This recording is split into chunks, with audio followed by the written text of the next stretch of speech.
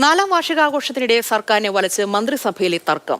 തിരുവനന്തപുരത്തെ smart road നിർമ്മാണത്തിന്റെ ക്രെഡിറ്റുമായി ബന്ധപ്പെട്ട് മന്ത്രി PA മുഹമ്മദ് റിയാസും MP രാജേഷും വീണ്ടും ഇടഞ്ഞതോടെ CPM വെട്ടിലായിരിക്കുകയാണ്.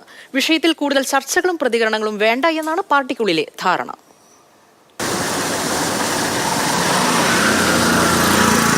മുഖ്യമന്ത്രിയുടെയും പൊതുമരാമത്ത് മന്ത്രി PA മുഹമ്മദ് റിയാസിന്റെയും ചിരിച്ച മുഖമുള്ള ബോർഡ്. ഈ പരസ്യ ബോർഡാണ് CPMനെയും സർക്കാരിനെ പലതവണ പ്രതിസന്ധിയിലാക്കിയിട്ടുള്ള ആ മൂപ്പിളമ തർക്കത്തിന് വീണ്ടും കാരണമായത്. കേന്ദ്ര സർക്കാരിനും സംസ്ഥാന സർക്കാരിനും പങ്കാളിത്തമുള്ള പദ്ധതിയുടെ ക്രെഡിറ്റിലെ തർക്കം ഇപ്പോൾ മുറുകുന്നത് സംസ്ഥാന മന്ത്രിസഭയിൽ കൂടിയാണ്.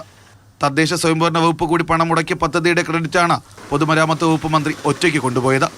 റോഡ് ഉദ്ഘാടനം കഴിഞ്ഞ് ക്രെഡിറ്റ് വിവാദം കൊഴുത്തതോടെ അതിനെ തള്ളിപ്പറയേണ്ട ബാധ്യതയും MP രാജേഷിനായി. ആ വാർത്ത തീർത്തും അടിസ്ഥാനരഹിതമാണ്, വസ്തുതാവിരുദ്ധമാണ്. തെറ്റായ വാർത്ത ഓരോ ദിവസവും പാകം ചെയ്തെടുത്തിട്ട് അതുകൊണ്ട് ഈ രാഷ്ട്രീയമായിട്ട് ഇടതുപക്ഷത്തെ ആക്രമിക്കുന്ന രീതി നിങ്ങൾ തുടരും. ഞാൻ പറഞ്ഞുകൊണ്ട് നിർത്താനൊന്നും പോകുന്നില്ല, അതിന്റെ ഭാഗമാണ്.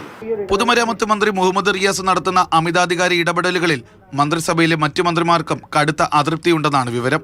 പരസ്യ പ്രതികരണത്തിൽ പാർട്ടിക്കും സർക്കാരിനും ക്ഷീണമുണ്ടാകാതെ നേതാക്കൾ വരും ദിവസങ്ങളിൽ മുന്നോട്ട് പോയേക്കാമെങ്കിലും CPM നേതൃയോഗങ്ങളിൽ വിഷയങ്ങൾ ചർച്ചയാകും. മുഹമ്മദ് റിയാസിനെ CPMന്റെ സംസ്ഥാന സെക്രട്ടേറിയറ്റിലേക്ക് തിരഞ്ഞെടുത്തപ്പോഴും സീനിയറായ MP രാജേഷിന് സ്ഥാനം ലഭിച്ചിരുന്നില്ല. അന്നു മുതൽ തുടങ്ങിയ അസ്വാരസ്യങ്ങൾക്കാണ് വീണ്ടും തിരുവനന്തപുരത്തെ സ്മാർട്ട് റോഡ് വേദിയായത്.